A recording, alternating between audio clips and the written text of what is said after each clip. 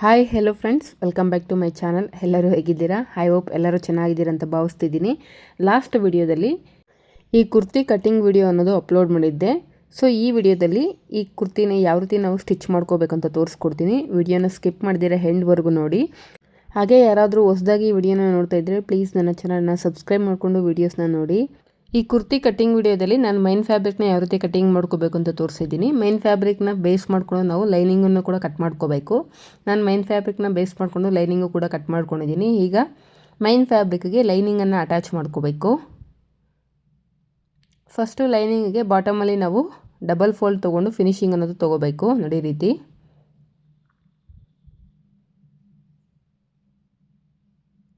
ಈ ರೀತಿ double fold ಮಾಡಿಕೊಂಡು ನಾವು ಬಾಟಮ್ ಅನ್ನೋದು ಲೈನಿಂಗಿಗೆ ಫಿನಿಶ್ ಮಾಡ್ಕೋಬೇಕು.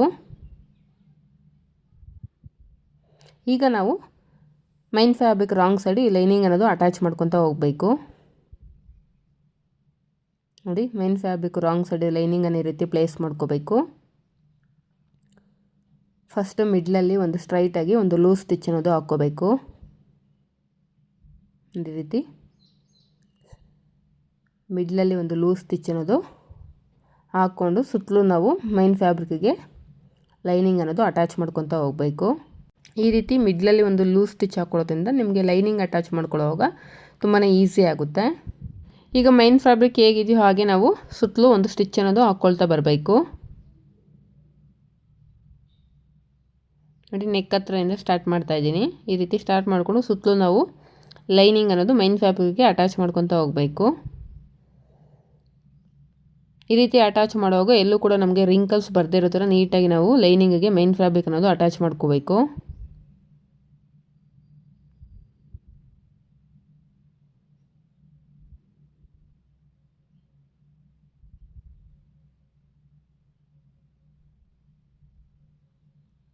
ಒಂದು ಸೈಡ್ ಆಯಿತು. ಇನ್ನೊಂದು ಸೈಡು ಕೂಡ ಇದೇ ರೀತಿಯೇ ನಾವು ಮೈನ್ ಫ್ಯಾಬ್ರಿಕ್ ಅನ್ನೋದು ಲೈನಿಂಗಿಗೆ ಅಟ್ಯಾಚ್ ಮಾಡ್ಕೋಬೇಕು.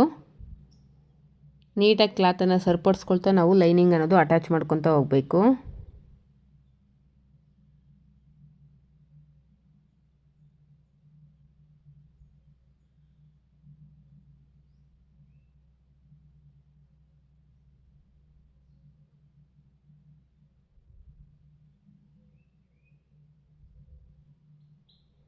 ಈಗ ಏನು ಎಕ್ಸ್ಟ್ರಾ ನಮಗೆ ಲೈನಿಂಗ್ ಇದೆಯೋ ಅದನ್ನೆಲ್ಲವನ್ನು ನೀಟಾಗಿ ಟ್ರಿಮ್ ಮಾಡ್ಕೋಬೇಕು. ನಾನಿಲ್ಲಿ ಒಂದು ಪಾರ್ಟನ್ನು ಮಾತ್ರ ಈ ರೀತಿ ಲೈನಿಂಗು ಮತ್ತು ಮೈನ್ ಫ್ಯಾಬ್ರಿಕ್ ಅಟ್ಯಾಚ್ ಮಾಡೋದು ತೋರಿಸ್ಕೊಡ್ತಾ ಇದ್ದೀನಿ. ನೀವು ಇದೇ ರೀತಿಯೇ ಸೇಮ್ ಫ್ರಂಟ್ ಪಾರ್ಟನ್ನು ಕೂಡ ನೀವು ಅಟ್ಯಾಚ್ ಮಾಡ್ಕೋಬೇಕು. ಲೈನಿಂಗು ಮತ್ತು ಮೈನ್ ಫ್ಯಾಬ್ರಿಕ್ ಎರಡೂ ಕೂಡ ಈ ರೀತಿ ಎಕ್ಸಸ್ ಇರುವಂಥದ್ದನ್ನ ಕಟ್ ಮಾಡ್ಕೋತಾ ಇದ್ದೀನಿ.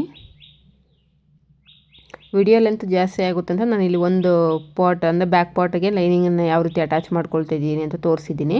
ಸೇಮ್ ಇದೇ ಮೆಥಡಲ್ಲಿ ನೀವು ಫ್ರಂಟ್ ಪಾರ್ಟ್ಗೂ ಕೂಡ ಲೈನಿಂಗ್ ಅನ್ನೋದು ಅಟ್ಯಾಚ್ ಮಾಡ್ಕೊತಾ ಹೋಗಬೇಕು. ನೋಡಿ, ಎರಡು ಪಾರ್ಟ್ಸ್ಗೂ ನಾನು ಲೈನಿಂಗನ್ನು ಅಟ್ಯಾಚ್ ಮಾಡಿದ ನಂತರ ಈಗ ಫ್ರಂಟ್ ಪಾರ್ಟ್ ಮೇಲೆ ಬ್ಯಾಕ್ ಪಾರ್ಟನ್ನು ಈ ರೀತಿ ಪ್ಲೇಸ್ ಮಾಡಿಕೊಂಡು ಶೋಲ್ಡರ್ ಜಾಯಿಂಟ್ಸ್ ಅನ್ನೋದು ಸ್ಟಿಚ್ ಮಾಡ್ಕೊತಾ ಇದ್ದೀನಿ. ನಾವೇನು 1/2 ಇಂಚು ಮಾರ್ಜಿನ್ ತೊಗೊಂಡಿರ್ತೀವಲ್ಲ ಶೋಲ್ಡರ್ ಜಾಯಿಂಟ್ಸು, 1/2 ಇಂಚು ಮಾರ್ಜಿನ್ಗೆ ಈ ರೀತಿ ನಾವು ಸ್ಟಿಚ್ ಅನ್ನೋದು ಹಾಕ್ಕೋಬೇಕು. ಕಂಪಲ್ಸರಿ ರಫ್ ಸ್ಟಿಚ್ ಅನ್ನೋದು ಹಾಕ್ಕೋಬೇಕು. ಸ್ಟಾರ್ಟಿಂಗು ಮತ್ತು ಎಂಡಿಂಗಲ್ಲಿ ನೀವು ರಫ್ ಸ್ಟಿಚ್ ಅನ್ನೋದು ಹಾಕ್ಕೊಳ್ಳೇಬೇಕು.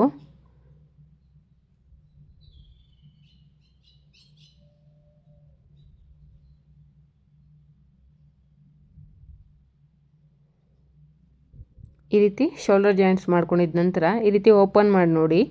ನಿಮ್ಗೇನಾದರೂ ನೆಕ್ ಬ್ಯಾಕ್ ಪಾರ್ಟು ಮತ್ತು ಫ್ರಂಟ್ ಪಾರ್ಟ್ ಶೋಲ್ಡರ್ ಏನಾದರೂ ಹೆಚ್ಚು ಕಡಿಮೆ ಬಂದಿದ್ರೆ ಈ ರೀತಿ ಲೈಟಾಗಿ ಸ್ವಲ್ಪ ನೀವು ಕಟ್ ಮಾಡ್ಕೋಬೇಕು. ನೋಡಿ, ನನಗೆ ಬ್ಯಾಕ್ ಪಾರ್ಟು ಶೋಲ್ಡರ್ ಅನ್ನೋದು ಸ್ವಲ್ಪ ಜಾಸ್ತಿ ಬಂದಿರೋದ್ರಿಂದ ನಾನು ಲೈಟಾಗಿ ಕಟ್ ಮಾಡ್ಕೋತಾ ಇದ್ದೀನಿ. ಈ ರೀತಿ ಸ್ವಲ್ಪ ಕ್ರಾಸಾಗಿ ಕಟ್ ಮಾಡ್ಕೋಬೇಕು.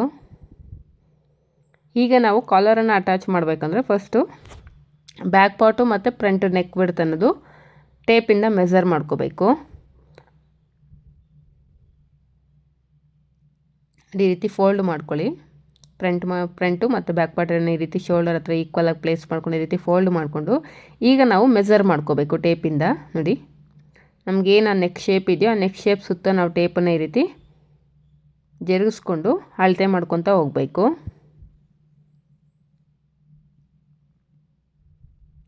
ಈ ರೀತಿ ಮೆಜರ್ ಮಾಡಿದಾಗ ನನಗೆ 28.5 ಇಂಚ್ ಅನ್ನೋದು ಬಂದಿದೆ.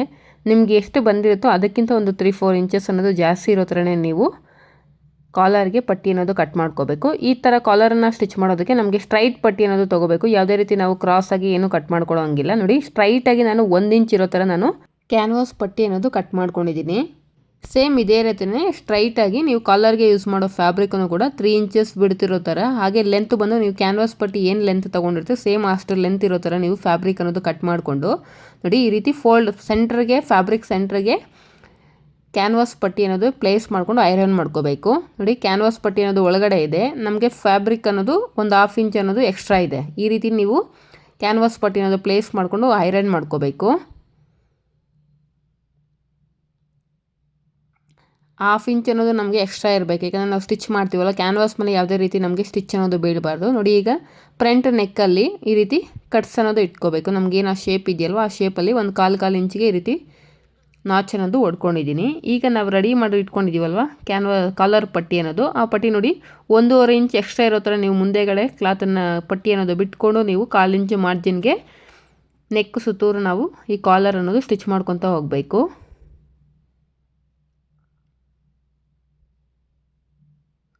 ಅರ್ಥ ಆಯಿತು ಅಂತ ಅಂದ್ಕೊಳ್ತಿದ್ದೀನಿ ಫ್ರೆಂಡ್ಸ್. ಏನಾದರೂ ಅರ್ಥ ಆಗಲಿಲ್ಲ ನನಗೆ ಕಮೆಂಟ್ ರೂಪದಲ್ಲಿ ತಿಳಿಸ್ಕೊಡಿ, ಏನಾದರೂ ಡೌಟ್ಸ್ ಇದ್ದರೆ. ನೋಡಿ, 1/4 ಇಂಚು ಮಾರ್ಜಿನ್ ಇರೋ ಥರ ನಾನೀಗ ಸ್ಟಿಚ್ ಅನ್ನೋದು ಹಾಕ್ಕೊಂಡು ಹೋಗ್ತಾಯಿದ್ದೀನಿ. ಯಾಕೆ ನಾವು ಕ್ಯಾನ್ವಾಸ್ ಪಟ್ಟಿಗಿಂತ ಫ್ಯಾಬ್ರಿಕ್ ಅನ್ನೋದು ಒಂದು ಸ್ವಲ್ಪ ಜಾಸ್ತಿ ಮುಂದೆಗಡೆ ಬಿಟ್ಕೋಬೇಕಂದ್ರೆ, ಈ ರೀತಿ ಸ್ಟಿಚ್ ಕ್ಯಾನ್ವಾಸ್ ಮೇಲೆ ಯಾವುದೇ ರೀತಿ ನಮಗೆ ಸ್ಟಿಚ್ ಅನ್ನೋದು ಬೀಳಬಾರ್ದು. ಸೊ ಅದಕ್ಕೆ 1 ಇಂಚು ಬಿಡ್ತಿರೋ ಕ್ಯಾನ್ವಾಸ್ ತೊಗೊಂಡಿದ್ದೀವಂತೆ, ಫ್ಯಾಬ್ರಿಕ್ ಬಂದು ಬಿಡ್ತಲ್ಲಿ 3 ಇಂಚಸ್ ತೊಗೋಬೇಕು. ನಾವು ಕ್ಯಾನ್ವಾಸ್ ಪಟ್ಟಿನ ಕಟ್ ಮಾಡ್ಕೊಳ್ಳೋವಾಗ 28.5 ಇಂಚಿಗೆ ಒಂದು 3 ಇಂಚಸ್ ಅಂತ ಎಕ್ಸ್ಟ್ರಾ ತೊಗೊಂಡಿದ್ದೀವಲ್ಲ, ಇದಕ್ಕೋಸ್ಕರ ನೋಡಿ ಫ್ರಂಟಲ್ಲಿ ನಮ್ಮ ನೆಕ್ ಡೀಪ್ಗಿಂತ ಪಟ್ಟಿ ಅನ್ನೋದು ಎಕ್ಸ್ಟ್ರಾ ಇರಬೇಕು ಈ ರೀತಿ. ಈಗ ನೀಟಾಗಿ ಒಳಗಡೆ ಏನು ಮಾರ್ಜಿನ್ ಇದೆ ಅದಕ್ಕೆ ಓವರ್ಲಾಕನ್ನು ಮಾಡ್ಕೊಂಡಿದ್ದೀನಿ, ಇಲ್ಲಾಂದರೆ ನಿಮಗೆ ದಾರಗಳೆಲ್ಲ ಬಿಚ್ಕೊಳ್ಳೋಂಥ ಸಾಧ್ಯತೆ ಇರುತ್ತೆ. ಈಗ ಇದನ್ನು ಫ್ರಂಟಲ್ಲಿ ನಮಗೇನು ಎಕ್ಸ್ಟ್ರಾ ಬಂದಿದೆಯೋ ಅದನ್ನು ಈ ರೀತಿ ಒಳಗಡೆಗೆ ಫೋಲ್ಡ್ ಮಾಡ್ಕೋಬೇಕು. ನೋಡಿ, ನಾನು ಯಾವ ರೀತಿ ಫೋಲ್ಡ್ ಮಾಡ್ಕೊತಾ ಇದ್ದೀನಿ ಅಂತ. ನಾವು ಆಲ್ರೆಡಿ ಅಲ್ಲಿ ನಾಚಸನ್ನು ಹೊಡ್ಕೊಂಡಿರೋದ್ರಿಂದ ನೀಟಾಗಿ ಒಳಗಡೆಗೆ ನಾವು ಫೋಲ್ಡ್ ಅನ್ನೋದು ತೊಗೋಬೇಕು. ಈ ಕಾಲರನ್ನು ಪಟ್ಟಿ ಅನ್ನೋದು ನೋಡಿ, ಈ ರೀತಿ ನೀಟಾಗಿ ಒಳಗಡೆ ಫೋಲ್ಡಿಂಗ್ ಅನ್ನೋದು ತೊಗೊಂಡು ಮೇಲ್ಗಡೆ ಟಾಪ್ ಸ್ಟಿಚ್ ಅನ್ನೋದು ಹಾಕ್ಕೊಳ್ತಾ ಹೋಗಬೇಕು. ತುಂಬ ಸಿಂಪಲ್ಲಾಗಿ ಸ್ಟಿಚ್ ಮಾಡ್ಕೋಬೋದು ಫ್ರೆಂಡ್ಸ್, ಟ್ರೈ ಮಾಡಿ, ಚೆನ್ನಾಗಿ ಬರುತ್ತೆ. ನೋಡಿ, ಈಗ ಈ ರೀತಿ ಫೋಲ್ಡ್ ಮಾಡಿಕೊಂಡು ಸುತ್ತಲೂ ನಾನು ಟಾಪ್ ಸ್ಟಿಚ್ ಅನ್ನೋದು ಹಾಕ್ಕೊಳ್ತಾ ಹೋಗ್ತೀನಿ.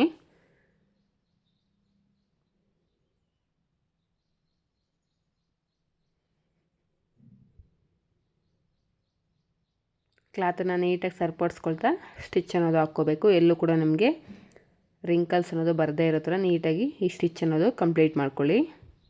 ಫ್ರೆಂಡ್ಸ್, ಯಾರಾದರೂ ನನ್ನ ಚಾನಲಲ್ಲಿ ಈ ಕುರ್ತಿ ಕಟ್ಟಿಂಗ್ ವಿಡಿಯೋನ ನೋಡಿ ಮತ್ತು ಸ್ಟಿಚಿಂಗ್ ವಿಡಿಯೋ ನೋಡಿ ಈ ಕುರ್ತಿನ ಸ್ಟಿಚ್ ಮಾಡ್ಕೊಂಡಿದ್ರೆ ಹೇಗೆ ಬಂತು ಅಂತ ನನಗೆ ಕಮೆಂಟ್ ರೂಪದಲ್ಲಿ ತಿಳಿಸ್ಕೊಡಿ. ಈ ಫ್ಯಾಬ್ರಿಕ್ ಬಂದು ಮಿಶೋಲ್ಲಿ ಅವೈಲೇಬಲ್ ಇದೆ, ಬೇಕು ಅಂದರೆ ನೀವು ತೊಗೊಳ್ಳಿ. ಚೆನ್ನಾಗಿದೆ ಫ್ಯಾಬ್ರಿಕ್ ಅನ್ನೋದು. ರಾ ಸಿಲ್ಕಲ್ಲಿ ಈ ರೀತಿ ಗೋಲ್ಡ್ ಬುಟ್ಟಾಸ್ ಬಂದಿದೆ. ಫ್ಯಾಬ್ರಿಕ್ ಮಾತ್ರ ತುಂಬಾ ಚೆನ್ನಾಗಿದೆ. ಈ ರೀತಿ ಸ್ಟಾಫ್ ಸ್ಟಿಚ್ ಅನ್ನೋದು ಕಂಪ್ಲೀಟ್ ಮಾಡಿಕೊಂಡೆ. ಈಗ ಬ್ಯಾಕ್ ಸೈಡ್ ನಮಗೇನು 1.5 ಇಂಚ್ ಎಕ್ಸ್ಟ್ರಾ ಇದೆಯಲ್ವ ಕಾಲರ್, ಅದನ್ನು ಕೂಡ ನಾವು ಈ ರೀತಿ ಒಂದು ಸ್ಟಿಚ್ ಹಾಕ್ಕೊಂಡು ಲಾಕ್ ಮಾಡ್ಕೋಬೇಕು. ನೋಡಿ,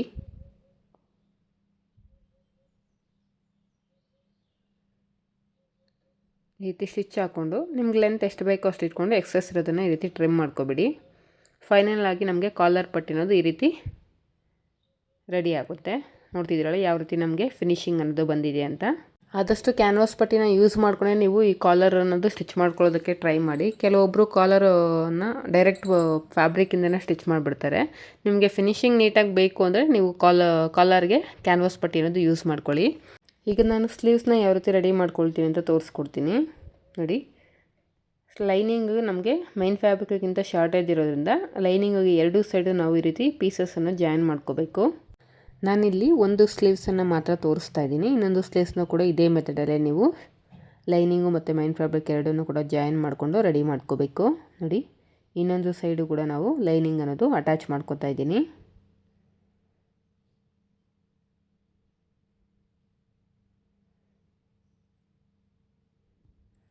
ಈಗ ಲೈನಿಂಗ್ ಮೇಲೆ ನೋಡಿ ಮೈನ್ ಫ್ಯಾಬ್ರಿಕನ್ನು ರಾಂಗ್ ಸೈಡ್ ಮೇಲೆ ಬರೋ ಥರ ಈ ರೀತಿ ಪ್ಲೇಸ್ ಮಾಡಿಕೊಂಡು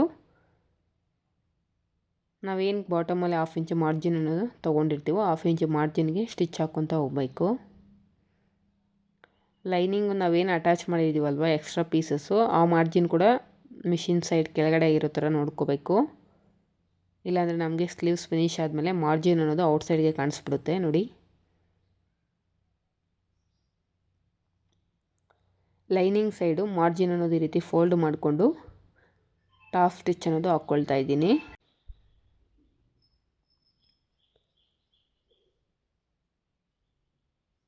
ಈಗ ಲೈನಿಂಗ್ನ ಬ್ಯಾಕ್ ಸೈಡ್ಗೆ ಈ ರೀತಿ ಟರ್ನ್ ಮಾಡಿಕೊಂಡು ಮೈನ್ ಫ್ಯಾಬ್ರಿಕ್ ಮೇಲೆ ಟಾಪ್ ಸ್ಟಿಚ್ ಅನ್ನೋದು ಹಾಕ್ಕೋಬೇಕು.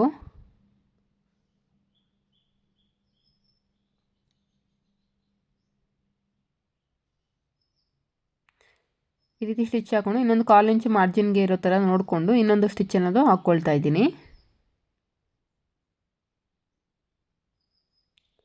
ಈ ರೀತಿ ಸ್ಟಿಚ್ ಹಾಕ್ಕೊಂಡು ಈಗ ಸುತ್ತಲೂ ನಾವು ಮೈನ್ ಫ್ಯಾಬ್ರಿಕ್ಗೆ ಲೈನಿಂಗ್ ಅನ್ನೋದು ಅಟ್ಯಾಚ್ ಮಾಡ್ಕೋಬೇಕು. ಈ ರೀತಿ ಅಟ್ಯಾಚ್ ಮಾಡಿಕೊಂಡು ಏನು ನಮಗೆ ಎಕ್ಸ್ಟ್ರಾ ಲೈನಿಂಗ್ ಇದೆಯೋ ಅದನ್ನೆಲ್ಲವನ್ನು ನೀಟಾಗಿ ಟ್ರಿಮ್ ಮಾಡ್ಕೋಬೇಕು. ಸೇಮ್ ಇದೇ ರೀತಿಯೇ ಇನ್ನೊಂದು ಸ್ಲೀವ್ಸ್ನ ಕೂಡ ನೀವು ರೆಡಿ ಮಾಡ್ಕೋಬೇಕಾಗುತ್ತೆ. ಲೈನಿಂಗಿಗೆ ಮೈನ್ ಫ್ಯಾಬ್ರಿಕ್ನ ಅಟ್ಯಾಚ್ ಮಾಡ್ಕೊಳ್ಳುವಾಗ ಎಲ್ಲೂ ಕೂಡ ನಮಗೆ ರಿಂಕಲ್ಸ್ ಬರ್ದಿರೋ ಥರ ನೀಟಾಗಿ ಕ್ಲಾತನ್ನು ಸರಿಪಡಿಸ್ಕೊಳ್ತಾ ನಾವು ಅಟ್ಯಾಚ್ ಮಾಡ್ಕೋಬೇಕು. ಈಗ ಎಕ್ಸಸ್ ಇರೋ ಮಾರ್ಜಿನನ್ನೆಲ್ಲ ನೀಟಾಗಿ ಟ್ರಿಮ್ ಮಾಡ್ಕೊಬೇಡಿ.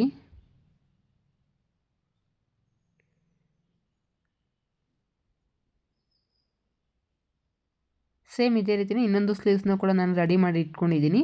ಈಗ ನಾವು ಈ ಸ್ಲೀವ್ಸನ್ನು ಡ್ರೆಸ್ಗೆ ಯಾವ ರೀತಿ ಅಟ್ಯಾಚ್ ಮಾಡೋದು ಅಂತ ತೋರಿಸ್ಕೊಡ್ತೀನಿ.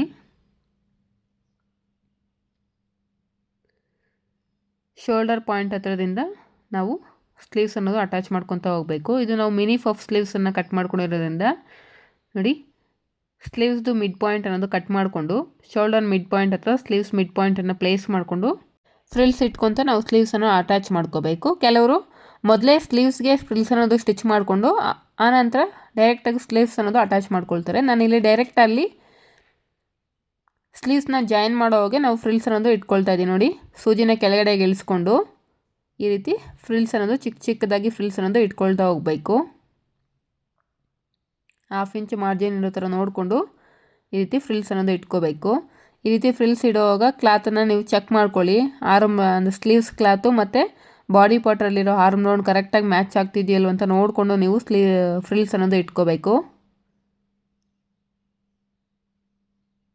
ಈ ರೀತಿ ಒಂದಕ್ಕೆ 2 ಸಲ ಈ ರೀತಿ ಚೆಕ್ ಮಾಡಿಕೊಂಡು ನೀವು ಎಷ್ಟು ಫ್ರಿಲ್ಸ್ ಬರುತ್ತೋ ನೋಡಿಕೊಂಡು ನೀವು ಫ್ರಿಲ್ಸ್ ಅನ್ನೋದು ಇಟ್ಕೋಬೇಕಾಗುತ್ತೆ. ನೋಡಿ, ನಮಗೆ ಸೈಡ್ ಸೀಮ್ ಲೈನ್ ಕಡೆ ಸ್ಲೀವ್ಸ್ ಕ್ಲಾತು ಮತ್ತು ಬಾಡಿ ಪಾರ್ಟಲ್ಲಿರುವಂಥ ಕ್ಲಾತು ಕರೆಕ್ಟಾಗಿ ಮ್ಯಾಚ್ ಆಗಬೇಕು.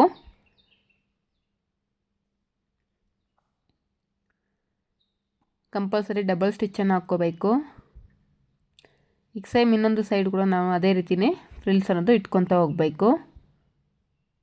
ಆದಷ್ಟು ಚಿಕ್ಕ ಚಿಕ್ಕದಾಗಿ ಫ್ರಿಲ್ಸ್ ಅನ್ನೋದು ಇಟ್ಕೊಳ್ಳಿ.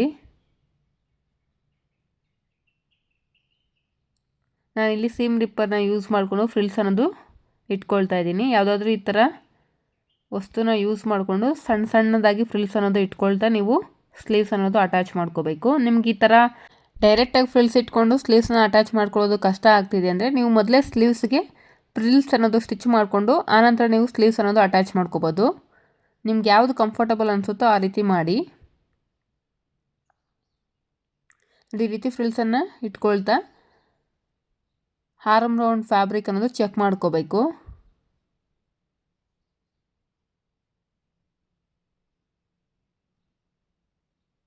ಹಾಫ್ ಇಂಚ್ ಮಾರ್ಜಿನ್ ಇರೋ ಥರ ನೋಡ್ಕೊಂಡು ನೋಡಿ, ಈ ರೀತಿ ಚೆಕ್ ಮಾಡಿಕೊಂಡ್ರೆ ನನಗೆ ಕ್ಲಾತ್ ಅನ್ನೋದು ಇನ್ನೂ ಸ್ವಲ್ಪ ಎಕ್ಸ್ಟ್ರಾ ಇರೋದ್ರಿಂದ ನಾನು ಮತ್ತೆ ಇನ್ನೊಂದು ಫ್ರಿಲ್ ಅನ್ನೋದು ಸ್ಟಿಚ್ ಮಾಡ್ಕೊಳ್ತಾ ಇದ್ದೀನಿ. ಸೈಡ್ ಸೀಮ್ ಲೈನ್ ಹತ್ರ ನಮಗೆ ಫ್ಯಾಬ್ರಿಕ್ ಅನ್ನೋದು ಕರೆಕ್ಟಾಗಿ ಮ್ಯಾಚ್ ಆಗಬೇಕು. ಅಲ್ಲಿವರೆಗೂ ನಿಮಗೆ ಎಕ್ಸ್ಟ್ರಾ ಎಷ್ಟು ಫ್ರಿಲ್ಸ್ ಬರುತ್ತೋ ಅಷ್ಟು ಫ್ರಿಲ್ಸನ್ನು ನೀವು ಇಟ್ಕೋಬೋದು.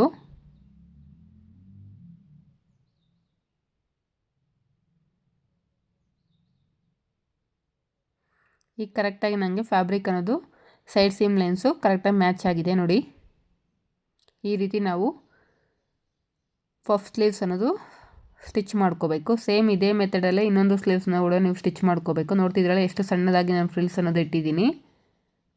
ನಾನಿಲ್ಲಿ ಒಂದು ಸ್ಲೀವ್ಸನ್ನು ಮಾತ್ರ ತೋರಿಸಿದ್ದೀನಿ. ಇನ್ನೊಂದು ಸ್ಲೀವ್ಸ್ನ ಕೂಡ ಇದೇ ರೀತಿಯೇ ನೀವು ಸ್ಟಿಚ್ ಮಾಡ್ಕೊಳ್ಳಿ. ನೋಡಿ, 2 ಸ್ಲೀವ್ಸ್ನ ಕೂಡ ಈ ರೀತಿ ಚಿಕ್ಕದಾಗಿ ಫ್ರಿಲ್ಸ್ ಇಟ್ಕೊಂಡು ಸ್ಲೀವ್ಸ್ ಅನ್ನೋದು ಅಟ್ಯಾಚ್ ಮಾಡ್ಕೊಂಡಿದ್ದೀನಿ.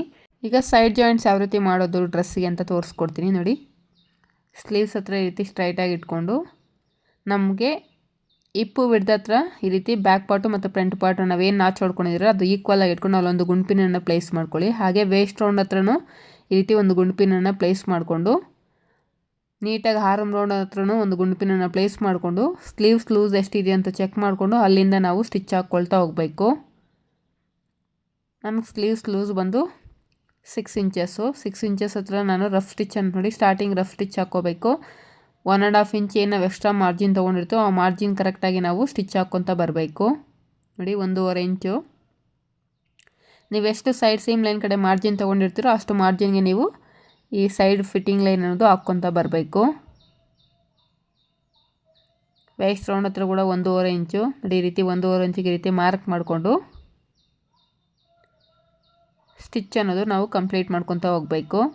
ಹಿಪ್ಪು ವಿಡ್ತ್ ಹತ್ರ ಬಂದಾಗ 1 ಇಂಚು ನೋಡಿ ಈ ರೀತಿ 1 ಇಂಚಿಗೆ ಒಂದು ಮಾರ್ಕ್ ಮಾಡಿಕೊಂಡು ಆ 1 ಇಂಚ್ ಹತ್ರಗೆ ನಾವು ಸ್ಟಿಚ್ ಅನ್ನೋದು ಬಂದು ಸ್ಟಾಪ್ ಮಾಡ್ಕೋಬೇಕು. ನೋಡಿ ಅಲ್ಲಿ ಬಂದು ರಫ್ ಸ್ಟಿಚ್ ಹಾಕ್ಕೊಂಡು ಸ್ಟಿಚ್ ಅನ್ನೋದು ಸ್ಟಾಪ್ ಮಾಡ್ಕೋಬೇಕು.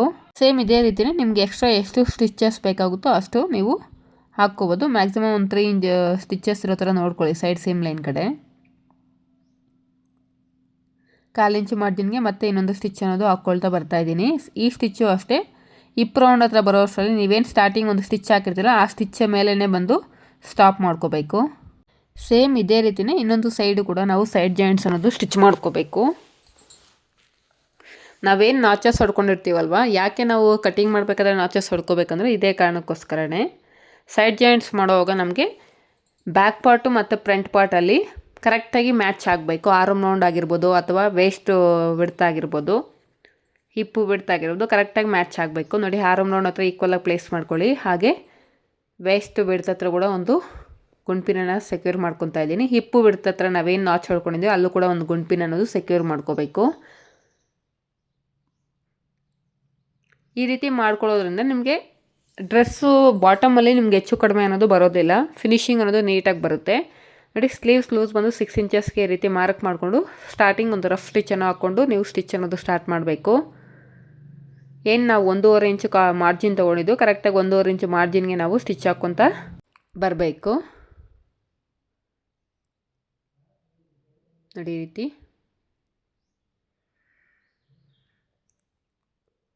1.5 ಇಂಚು ಇರೋ ಥರ ನೋಡಿಕೊಂಡು ನೀವು ನೀಟಾಗಿ ಈ ಸೈಡ್ ಸ್ಟಿಚ್ ಅನ್ನೋದು ಹಾಕ್ಕೊಳ್ತಾ ಹೋಗಬೇಕು. ಹಿಪ್ಪು ರೌಂಡ್ ಹತ್ರ ಹಿಪ್ಪು ವಿಡ್ತ್ ಹತ್ರ ಬರೋ ಅಷ್ಟರಲ್ಲಿ 1 ಇಂಚು ಮಾತ್ರ ನೀವು ಮಾರ್ಜಿನ್ ಅನ್ನೋದು ಮಾರ್ಕ್ ಮಾಡಿಕೊಂಡು ಆ 1 ಇಂಚ್ ಹತ್ರ ಈ ರೀತಿ ಬಂದು ರಫ್ ಸ್ಟಿಚ್ ಹಾಕ್ಕೊಂಡು ಸ್ಟಿಚ್ ಅನ್ನೋದು ಹೆಂಡ್ ಮಾಡ್ಕೋಬೇಕು.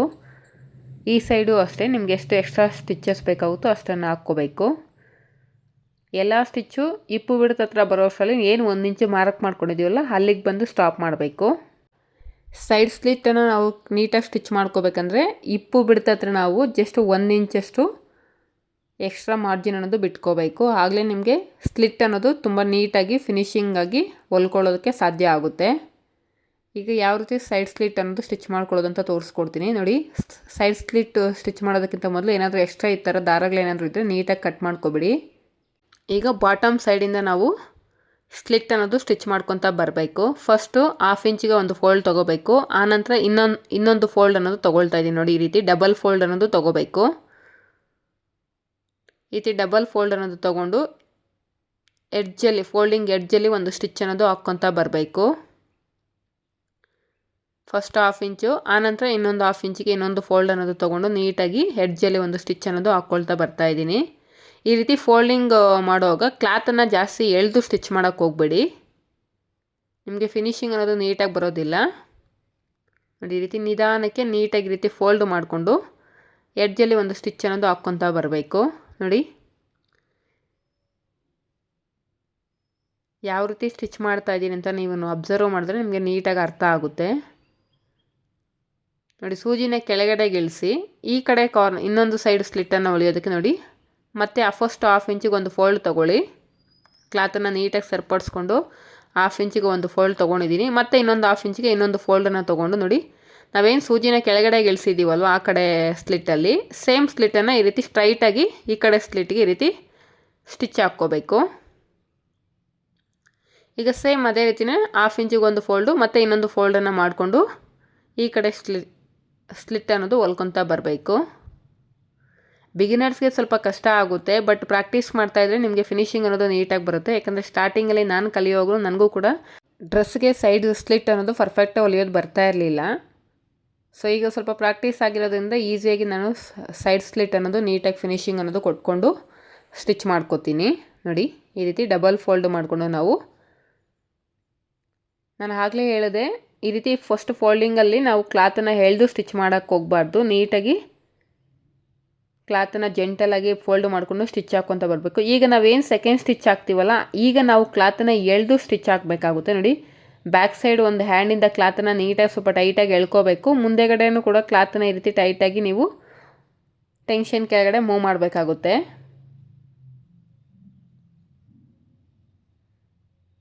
ನೋಡಿ ಈ ರೀತಿ ನಾವು ಸ್ಲಿಟ್ ಅನ್ನೋದು ಹೊಲ್ಕೋಬೇಕು. ಸೇಮ್ ಇದೇ ರೀತಿಯೇ ಇನ್ನೊಂದು ಸೈಡ್ ಕೂಡ ನಾವು ಸ್ಲಿಟ್ ಅನ್ನೋದು ಸ್ಟಿಚ್ ಮಾಡ್ಕೋಬೇಕು. ನೋಡ್ತಿದ್ದೀರಲ್ಲ ಫಿನಿಶಿಂಗ್ ಯಾವ ರೀತಿ ಬಂದಿದೆ ಅಂತ. ಈ ರೀತಿ ನಾವು ಡ್ರೆಸ್ಗೆ ಸೈಡ್ ಸ್ಲಿಟ್ ಅನ್ನೋದು ಹೊಲ್ಕೋಬೇಕು. ನೋಡಿ ಈ ಕಡೆಯೂ ಕೂಡ ನಮಗೇನು ಎಕ್ಸ್ಟ್ರಾ ದಾರಗಳಿದೆಯೋ ಅವೆಲ್ಲ ನೀಟಾಗಿ ಕಟ್ ಮಾಡ್ಕೊಬಿಡಬೇಕು. ನಿಮಗೆ ಫಿನಿಶಿಂಗ್ ನೀಟಾಗಿ ಬರಬೇಕಂದ್ರೆ ಈ ಥರ ಎಕ್ಸಸ್ ಇರೋವಂಥ ದಾರಗಳೆಲ್ಲ ನೀಟಾಗಿ ಕಟ್ ಮಾಡ್ಕೊಬಿಡಿ. ಈ ಸ್ಲಿಟ್ಟನ್ನು ಕೂಡ ನಾವು ಬಾಟಮ್ ಸೈಡಿಂದನೇ ಸ್ಟಿಚ್ ಮಾಡ್ಕೊತ ಬರಬೇಕು. ರಾಂಗ್ ಸೈಡು ನೋಡಿ ಫಸ್ಟ್ 1/2 ಇಂಚಿಗೆ ಒಂದು ಫೋಲ್ಡ್ ತೊಗೊಂಡಿದ್ದೀನಿ. ಈಗ ಮತ್ತೆ ಇನ್ನೊಂದು ಫೋಲ್ಡನ್ನು ತೊಗೊಂಡು ಫೋಲ್ಡಿಂಗ್ ಎಡ್ಜಲ್ಲಿ ಒಂದು ಸ್ಟಿಚ್ ಹಾಕ್ಕೊತ ಬರಬೇಕು. ಈ ರೀತಿ ಫೋಲ್ಡ್ ಮಾಡ್ಕೊಳ್ಳೋವಾಗ ಕ್ಲಾತನ್ನು ಎಳೆದು ನೀವು ಫೋಲ್ಡ್ ಮಾಡೋಕ್ಕೆ ಹೋಗಬೇಡಿ. ಕ್ಲಾತನ್ನು ಜೆಂಟಲಾಗಿ ನೀವು ಫೋಲ್ಡ್ ಮಾಡಿಕೊಂಡು ಸ್ಟಿಚ್ ಅನ್ನೋದು ಹಾಕ್ಕೊತ ಬರಬೇಕು. ಎಳ್ದಿದ್ದೀರಂದರೆ ನಿಮಗೆ ರಿಂಕಲ್ಸ್ ಫಾರ್ಮ್ ಆಗುತ್ತೆ. ನೀವೇನು 2ನೇ ಸ್ಟಿಚ್ ಹಾಕ್ಕೊಳ್ತೀರಲ್ಲ ಸ್ಲಿಟ್ಟಿಗೆ, ಆಗ ಮಾತ್ರ ನೀವು ಕ್ಲಾತನ್ನು ಎಳೆದು, ಅಂದರೆ ಈ ಫೋಲ್ಡಿಂಗ್ ಅನ್ನೋದು ಸ್ವಲ್ಪ ಟೈಟಾಗಿ ಎಳ್ಕೊಂಡು ಸ್ಟಿಚ್ ಹಾಕಬೇಕು. ಈಗ ಫಸ್ಟ್ ಫೋಲ್ಡಿಂಗಲ್ಲಿ ನೀವು ಕ್ಲಾತನ್ನು ಜಾಸ್ತಿ ಎಳೆದು ಸ್ಟಿಚ್ ಮಾಡೋಕ್ಕೆ ಹೋಗಬೇಡಿ. ನೋಡಿ ಸೂಜಿನ ಸ್ವಲ್ಪ ಮೇಲೆಗೆ ಬಂದು ಸ್ಟಾಪ್ ಮಾಡಿ. ಈಗ ಈ ಕಡೆ 1/2 ಇಂಚಿಗೆ ಒಂದು ಫೋಲ್ಡು ಮತ್ತು ಇನ್ನೊಂದು 1/2 ಇಂಚಿಗೆ ಇನ್ನೊಂದು ಫೋಲ್ಡನ್ನು ತೊಗೊಂಡು ಸ್ಟ್ರೈಟಾಗಿ ಸ್ಟಿಚ್ ಬರಬೇಕು. ನೋಡಿ ಸ್ಟ್ರೈಟಾಗಿ ಈ ರೀತಿ ಸ್ಟಿಚ್ ಅನ್ನೋದು ಬರಬೇಕು.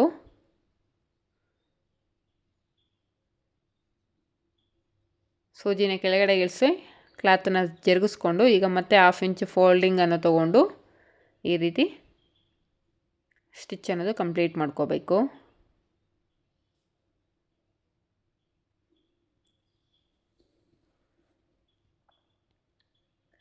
ಕ್ಲಾತನ್ನು ಎಳೆದು ಸ್ಟಿಚ್ ಮಾಡೋಕ್ಕೆ ಹೋದರೆ ನಿಮಗೆ ಬಾಟಮಲ್ಲಿ ಹೆಚ್ಚು ಕಡಿಮೆ ಅನ್ನೋದು ಬಂದುಬಿಡುತ್ತೆ. ಸೊ ಒಂದ್ರ ಮೇಲೆ ಒಂದು ನೀಟಾಗಿ ಪ್ಲೇಸ್ ಮಾಡಿಕೊಂಡು ನೀವು ಈ ಸೈಡ್ ಸ್ಲಿಟ್ ಅನ್ನೋದು ಸ್ಟಿಚ್ ಮಾಡ್ಕೋಬೇಕು. ಈಗ ಇನ್ನೊಂದು ಸ್ಟಿಚ್ ಏನು ಹಾಕ್ತಿರಲ್ವ, ಈ ಸ್ಟಿಚ್ಚನ್ನು ಹಾಕೋವಾಗ ನೀವು ಸ್ವಲ್ಪ ಕ್ಲಾತ್ ಅನ್ನೋದು ಟೈಟಾಗಿ ಎಳೆದು ನೀವು ಸ್ಟಿಚ್ ಮಾಡಬೇಕಾಗುತ್ತೆ. ನೋಡಿ ಬ್ಯಾಕ್ ಸೈಡ್ ಸ್ವಲ್ಪ ಕ್ಲಾತನ್ನು ಟೈಟಾಗಿ ಎಳೆದು ಅಥವಾ ಮುಂದೆಗಡೆ ಕೂಡ ಕ್ಲಾತ್ ಅನ್ನೋದು ಟೈಟಾಗಿ ನೀವು ಟೆನ್ಷನ್ ಕೆಳಗೆ ಬಿಟ್ಟಾಗ ನಿಮಗೆ ಎಲ್ಲೂ ಕೂಡ ರಿಂಕಲ್ಸ್ ಫಾರ್ಮ್ ಆಗದಿರ ಸೈಡ್ ಸ್ಲಿಟ್ ಅನ್ನೋದು ಫಿನಿಶಿಂಗ್ ನೀಟಾಗಿ ಬರುತ್ತೆ.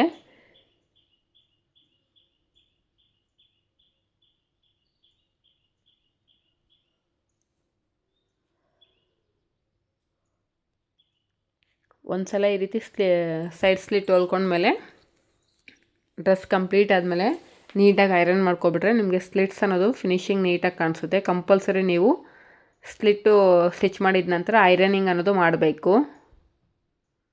ಬಾಟಮಲ್ಲಿ ನೋಡಿ ಫಸ್ಟ್ ಒಂದು ಸಿಂಗಲ್ ಫೋಲ್ಡ್ ಅನ್ನೋದು ತೊಗೊತಾ ಇದ್ದೀನಿ. ಬಾಟಮಲ್ಲೂ ಕೂಡ ನಾವು ಡಬಲ್ ಫೋಲ್ಡ್ ತೊಗೊಂಡು ಫಿನಿಶಿಂಗ್ ಅನ್ನೋದು ಕೊಟ್ಕೋಬೇಕು. ನಾನು ಇಲ್ಲಿ 2 ತೋರಿಸಿ ಅಟ್ ಎ ಟೈಮ್ ನೀವು 2 ಫೋಲ್ಡಿಂಗನ್ನು ತೊಗೊಂಡು ಕೂಡ ಸ್ಟಿಚ್ ಮಾಡ್ಕೋಬೋದು. ಇಲ್ಲ ನಮಗೆ 2 ಫೋಲ್ಡಿಂಗ್ ಮಾಡೋದು ಕಷ್ಟ ಆಗುತ್ತೆ ಅಂದರೆ ಫಸ್ಟ್ ಒಂದು ಸಿಂಗಲ್ ಫೋಲ್ಡ್ ತೊಗೊಂಡು ಸ್ಟಿಚ್ ಹಾಕಿ, ಆನಂತರ ಈಗ ಮತ್ತೆ ಇನ್ನೊಂದು ಫೋಲ್ಡ್ ತೊಗೊಂಡು ಈಗ ಫೋಲ್ಡಿಂಗ್ ಎಡ್ಜಲ್ಲಿ ಒಂದು ಸ್ಟಿಚ್ ಅನ್ನೋದು ಹಾಕ್ಕೊತಾ ಬರ್ತಾಯಿದ್ದೀನಿ. ನಿಮಗೆ ಎರಡು ತೋರಿಸ್ತಿದ್ದೀನಿ. ನಿಮ್ಗೆ ಯಾವುದು ಕಂಫರ್ಟಬಲ್ ಅನಿಸುತ್ತೋ ಆ ರೀತಿ ಸ್ಟಿಚ್ ಮಾಡ್ಕೊಳ್ಳಿ.